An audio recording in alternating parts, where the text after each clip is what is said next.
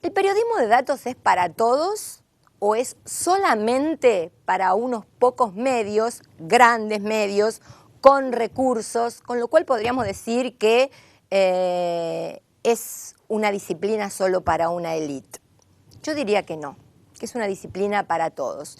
Si uno mira los recursos, uno podría pensar, bueno, necesito por lo menos un periodista profesional que entienda cómo funciona el Estado, básicamente que entienda y que tenga experiencia en la cobertura de la administración pública.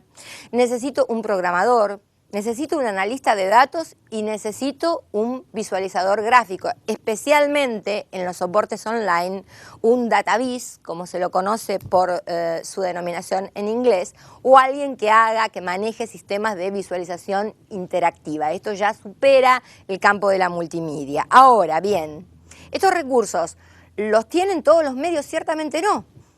En las provincias, por ejemplo, que he tenido ocasión de visitar durante el 2012, en Jujuy, en Salta, en Misiones, en Río Negro, muchos medios de provincia no tienen esta capacidad en materia de recursos humanos para poder contratar a un equipo tan grande.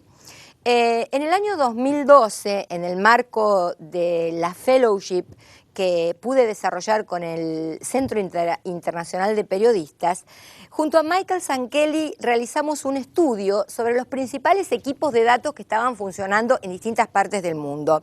Por ejemplo, el equipo del diario The Guardian en Londres, el Reino Unido, los equipos que estaban trabajando en el Washington Post o en el New York Times.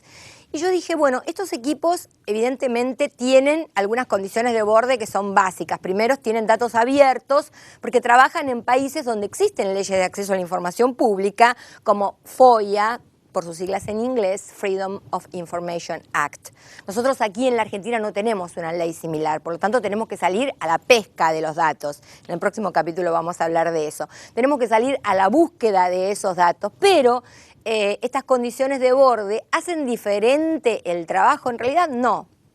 En realidad hoy día hay herramientas sencillas, por ejemplo Google Spreadsheet. Cualquier persona que se descargue gratuitamente Google Drive puede manejar set de datos o conjuntos de datos desde su propia computadora, ni siquiera tiene que estar inserto en el medio de una redacción de un gran medio de comunicación. Puede hacerlo, por ejemplo, para un blog. Y hay casos de blogs, como el blog de Andy Tao, que es uno de los ejemplos, de personas que no tienen un equipo detrás, pero que sin embargo pueden trabajar en materia de periodismo de datos o también, como muchas personas lo llaman, periodismo de base de datos. Es decir, entre este conjunto de herramientas, yo menciono a Google Drive porque es el gestor gratuito de datos más económico que existe.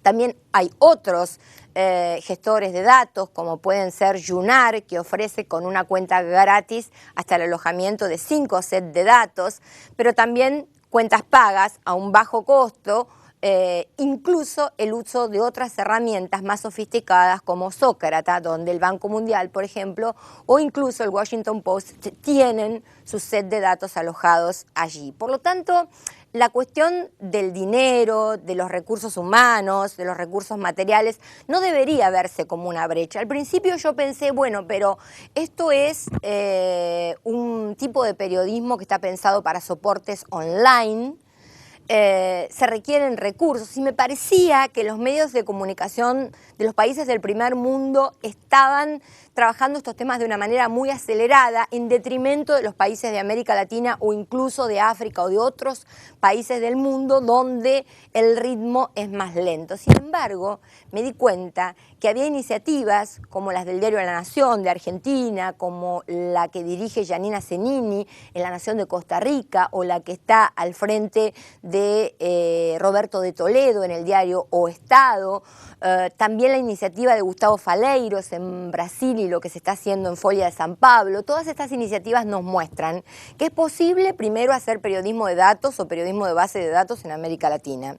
Y segundo, que hay pequeños sitios o pequeñas iniciativas dentro de las provincias y mucho interés por aprender. Estas son las condiciones ideales, creo, para poder comenzar a ejercer esta práctica sin mayores excusas.